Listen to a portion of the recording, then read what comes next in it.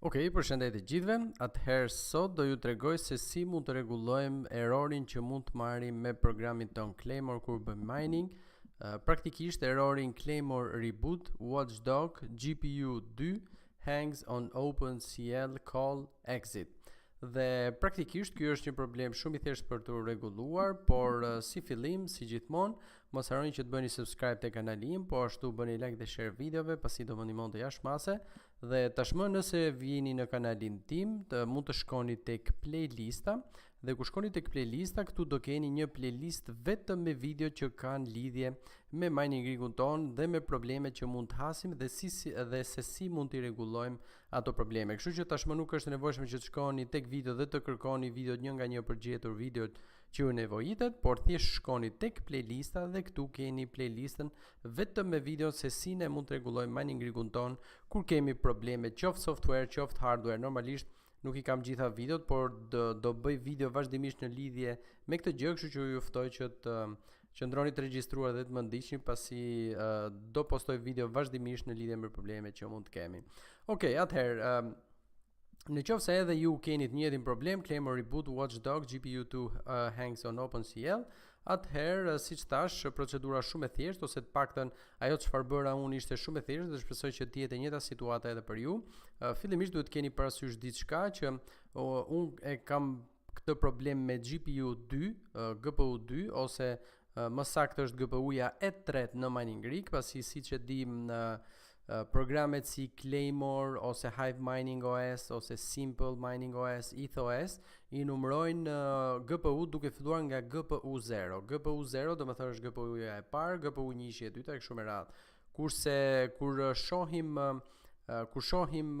emrimin e GPU-ve në Windows ose në MSI Afterburner, aty i kemi duke filluar nga GPU 1.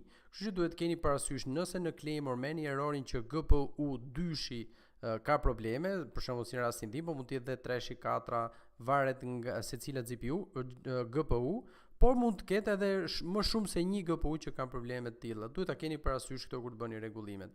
Atëherë, unë kam probleme me GPU 2-shin, që është siç e shikoni këtu në Hive Mining OS, është GPU 2-shin, dhe një gjë tjetër, edhe pse unë jam në Hive Mining OS, ky problem është i lidhur me Claymore, kështu që është i njëjti problem në çdo lloj sistemi, si në Hive Mining OS, SMOS, ETHOS ose Windows. Është i njëjti problem, kështu që mos se keni problem nëse më shikoni mua duke e bërë në Hive Mining OS, pasi është e njëjta gjë, sepse ka lidhje me Claymore Miner dhe me kartat tona grafike dhe jo me sistemin në vetvete.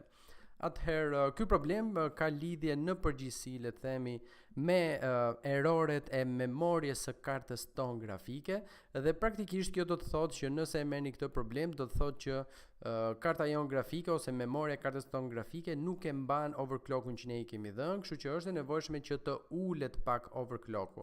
Dhe siç shikoni këtu, errorin e parë unë kam marrë më datë 16 korik, pastaj errorin e dytë e kam marrë më 17 korik dhe më pas bëra ndryshimet përkatëse. Dhe praktikisht ajo që bëra, shkova tek opsionet e overclockut dhe siç e shikoni këtu, kjo është clocku për memorien e tretë ose GPU 2-shin në këtë rast sipas Claymorit, dhe nga 1900 që e kisha memorien overclock për këtë GPU, e ula në 1890. Do më thënë, bëra një ullje të overclockut të memorjes për vetëm 10 MHz. Dhe normalisht pasi bëni ndryshimin përkatës, apply dhe do ruhen ndryshime, do restartohet miner dhe do filloj të minoj. Dhe siç e shikoni, nga data 17 deri sot 9 ditë rresht nuk ka pasur mining rigu asnjë lloj problemi me vetëm 10 MHz.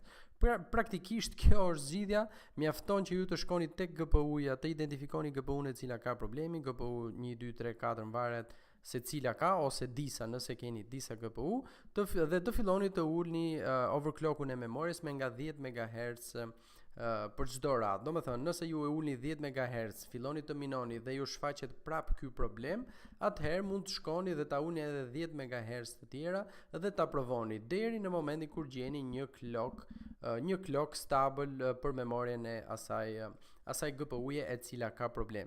Tani, përsa i përket problemit të identifikimit të GPU-ve në Windows, që siç tham fillon nga 1, kurse në Claymore fillon nga 0, është shumë e thjeshtë për ta identifikuar nëse s'dini ta bëni gjithmonë, por besoj që shumica nga ju din ta bëjnë.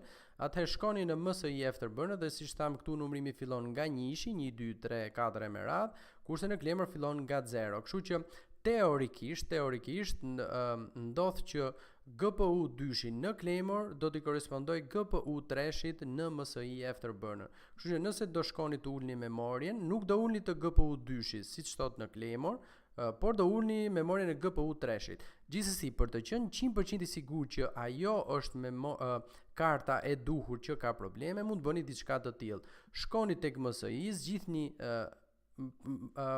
para se të zgjidhni GPU-n, duhet të keni unlinked overclock settings në MSI, sepse nëse janë linked, atëherë nëse ndroni diçka nga secila prej kartave, do ndryshojnë në gjitha kartat. Kështu që gjëja e parë që duhet bëni është t'i bëni unlink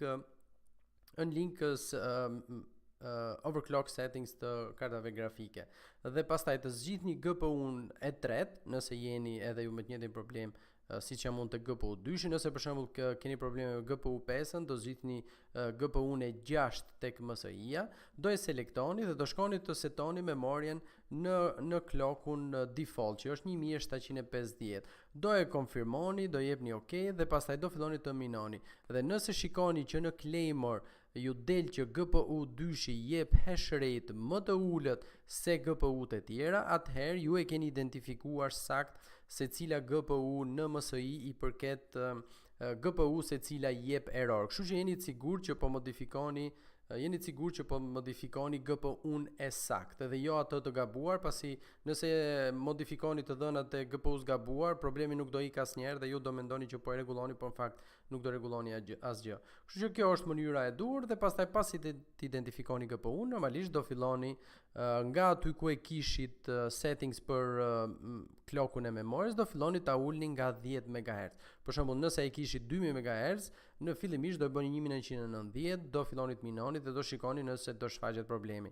Nëse shfaqet, atëherë do ulni edhe 10 të tjera, fatkeqësisht derisa të gjeni clockun stable që nuk ju jep më këtë error.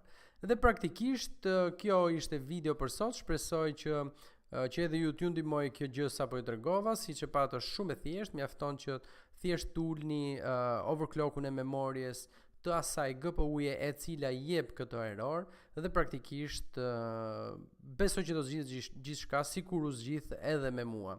Normalisht mund të bëjmë edhe gjëra tjera në lidhje me voltazhin e tjerë, settings çik më advanced, nëse jeni advanced user mund t'i provoni, por kjo është ajo mënyra më e shpejtë për të bërë dhe për ta zgjidhur këtë lloj problemi.